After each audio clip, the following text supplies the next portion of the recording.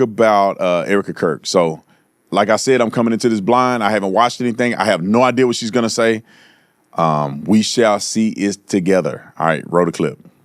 It seems to me that nothing will ever be enough for the evil in this world. Our country has become unrecognizable. These people have perverted the truth to the point that they motivated the murder of my husband.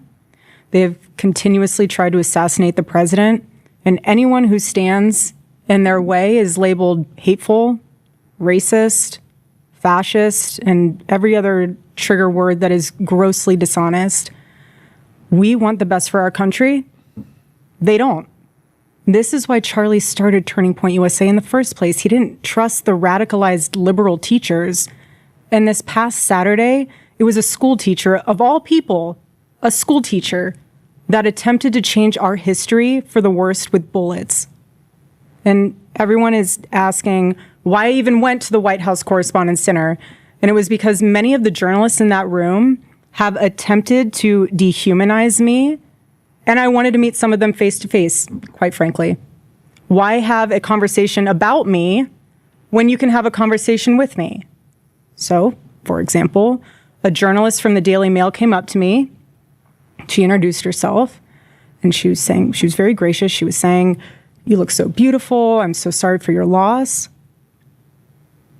To which I replied, "It is so nice to put a name to the face, especially with all of the slander, the lies, accusations that are out there surrounding my husband's murder and myself." And I said to her, "You know what's so interesting?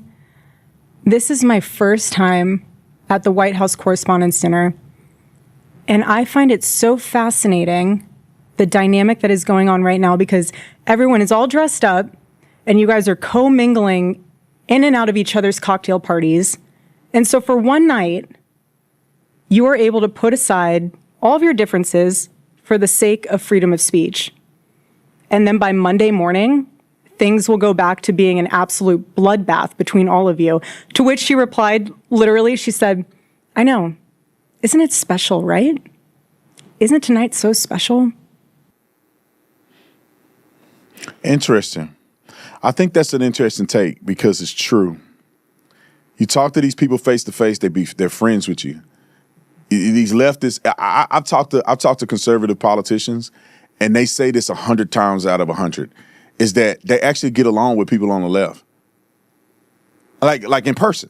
Like they go have drinks, they're cool. They don't have beef like we think they do. We think they're at each other's throat. They're walking down the halls of Congress and they just bumping into each other, ready to squab off. That's not even true. Most of these people are just hanging out and having a good time. But in front of the public, they hate each other. I got to resist this person, and behind the scenes, they get along. It's crazy what they do, y'all. It's about the Skrilla, to be quite honest. All right, there's a couple more clips. Erika clip, let's see the second one. Shortly thereafter, gunshots rang out and total chaos ensued. And you guys have all seen what happened next because there are 1,000 videos of it. So let's discuss that fact for a second. If you were in that room, you had no way of knowing what the status of the shooter was, how many there were, or honestly, really anything. It was just utter chaos. And so during an active shooting, these journalists are using their phones to find moments to capture for clips. They were so concerned about getting a video in a room with an active shooter that they could have accidentally and quite literally filmed themselves being shot.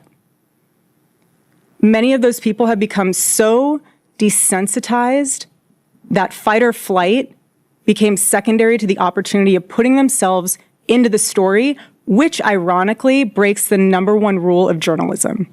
And again, ironically enough, the shooter was a teacher.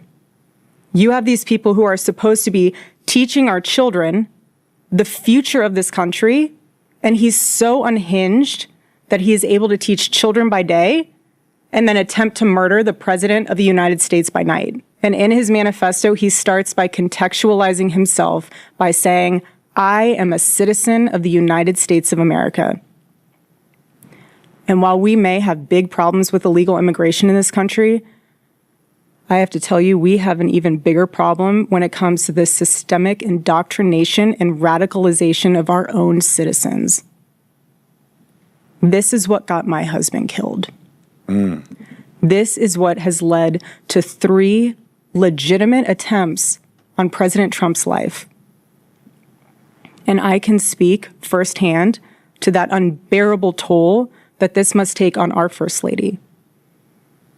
There has never been a president who has faced this many assassination attempts in Americans' entire history. And after each one, the reaction from the far left has been, at best, a shrug, and in some cases, a sick disappointment that the shooter was unsuccessful. True. Next clip, we got 2 more. Roll We're it. all human beings. And if you can just pause and just take a minute and ask yourself, how would you feel if even just one person made cruel jokes about the attempted murder of your loved one? That is what Jimmy Kimmel did to the First Lady. He said that she had the glow of an expected widow. The glow of an expected widow. Just 48 hours before that nightmare almost became a reality. In this culture we're living in, absorbs disagreement as a form of personal betrayal. It turns having an opposing viewpoint into a moral crime worthy of punishment. And here's what I've realized through all of this, truly, having lived through quite literal hell these past 7 months, if you strip someone of their humanity long enough, you will arrive at the chilling conclusion that they don't deserve to exist at all. Oh, that last part was deep. That last part is deep. I mean, I just wonder, are we getting this yet? I still think people are desensitized or shocked at Charlie's death. Like, I think people aren't, because they're too busy doing conspiracies and all that stupid stuff instead of realizing that a leftist nut job killed Charlie Kirk. Same type of brain in these people that tried to kill Donald Trump 3 times. Like, I don't know how we haven't gotten it at this point. And what she said is correct. The more you hyper-focus on dehumanizing a person, the easier it is to either watch them be killed or want to see them killed or even kill them yourself. If you frame somebody as bad as Hitler was, he's probably burning in hell right now. When you compare another person to a person like that, who we see historically did some of the most horrible things that any leader could ever do, and you make Trump into that guy, who wouldn't want to see him get killed? Who wouldn't want to see him dead? He deserves to die if he's going to kill millions of people. The only problem is it's all bull crap. We got one more clip from Erika, and then we're out. Roll it. Every morning I wake up to a new headline lying about me. I have comedians dressing up in whiteface. I have people saying I'm not fit to be CEO. And I have Candace Owens claiming I murdered my husband. Ooh. And the list goes on and on and on. There is a serious epidemic of dehumanization plaguing this country. The most unthinkable tragedies have now become commonplace in our daily headlines, and yet the media finds a way to conveniently explain away violence. This is what we're up against. This is what we're up against. What is happening right now is something none of us can afford to ignore. The evil forces working to divide us, to distract us, and to pull us apart has never been stronger. This is a moment for Americans to come together and decide what kind of country we are going to be before we lose our country altogether. In Romans chapter 12, verse 21, it says, "Do not be overcome by evil, but overcome evil with good." And this is why my husband created Turning Point USA, so we could have civil discourse and debate and open dialogue, because when we stop talking to each other, bad things happen. I am choosing to fight for America, for my children, for your children, and for our humanity. Because we all need to do our part. And by the grace of God, we will succeed, and America will remain what she was always called to be, a shining city on a hill, a light to the world. So let me give you a perfect example of how it's done. My husband did it best and left us the blueprint on how to have uncomfortable conversations with those who disagree. Buckle up, everybody. Here we go. Drop the mic. Now I see why they hate her. They hate her because it's a reflection of how they are as people, right? When you see somebody that's beautiful, poised, intelligent, articulating her words properly, articulate is the word. You see somebody who's being able to step up and lead an organization from Charlie Kirk, who was, a once in a lifetime person. They hate it because they look in the mirror and they ain't sugar honey iced tea. They haven't built nothing. They're not going to build anything. They have no integrity. They have no relationship with God. They will fall apart into pieces and never to be seen again if they were faced with the same adversity as Erika Kirk. And they know it, and they see it in the mirror every day, and they hate themselves because of it. Because they had a beautiful family. They looked really good to the public, and people know their family ain't worth a darn. They know they and their husband and husband and wife arguing every day. They hate each other. The husband ain't even telling the wife what secrets he's holding. Homeboy finna build something without you. Homegirl building without you. And you mad because Charlie Kirk and Erika Kirk was like this. That's all I'm saying. I see it. Because I'm listening to this young woman talk and I'm inspired by what Erika says. I see the genuineness in her eyes and her heart. I've talked to her on the phone before after Charlie has died. The consistency of her character and personality is the only reason why I'm standing up as hard as I am.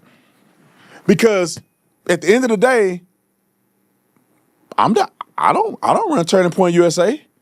Charlie ain't my husband. Erika ain't my wife. I don't have to give a F about none of these people. But what's the right thing to do? The right thing is that God has put it on my heart when Charlie got killed to do something for his family. And those of you who helped in the mission, we gave their family $450,000, almost $500,000. Because it's the right thing to do. It's the right thing to do. Because I treat people the way I want to be treated. If a person said they were my friend and that they stood by me and they all on TV and all on my platform, if I were to die, I would hope that the first thing they think about is my family. Not my platform, but my family. All right. God, you can put Charlie back on the screen. Hey, y'all slow down for a minute and perceptualize that young man got killed, assassinated in cold blood. He was just a 30-something-year-old man. Had his whole life ahead of him. He was killed. I know with the movies and people are desensitized to violence. Charlie Kirk is that young man right there that you see on the camera. He's never coming back. He did not deserve what happened to him. In my opinion. God saw differently. God has a plan for his life. And he in heaven having a good time while y'all down here arguing. But I felt like as good of a person he was, he did not deserve for a coward to kill him and can't even face him man to man. He did not deserve to have to leave his family behind in the natural sense. Every man that's married know this out of their heart. is that my being, who I am, what I stand for is to protect my wife more than my own life. And to be robbed of that opportunity where he can't protect Erika anymore is unfair to him. Kids deserve to have a good man as a father, which Charlie was. They're robbed of it. And the thanks that he get, put him on the screen. The thanks that Charlie Kirk get from all of that sacrifice, all of his teenage years, or his adult, his teenage years, his adult teenage years, all of his 20s, into his 30s, standing up for truth, traveling every day, trying to change the country. What thanks did he get? Conspiracies. What thanks does Charlie Kirk get? Bashing his wife when he gone. What thanks does Charlie Kirk get? Saying that what he died for should be tore apart. He died for Turning Point USA. And it should be torn apart and thrown away. This is what y'all did. This is how y'all, I want every single person, y'all ain't gonna see it, but I want you to share it with somebody that's stupid. I want you to look at Charlie's face and realize you are hoping for the downfall of his wife. You betrayed him. You are hoping for the lifestyle of parentlessness in his children. You want Erika to fail. You want his kids to not have a mom. You're trying to get her killed and assassinated. You're asking questions for no effing reason. And this is what you do. You're doing that to him. I could go on for 100 hours about this. You betrayed Charlie Kirk. Just look in the mirror and tell yourself the truth.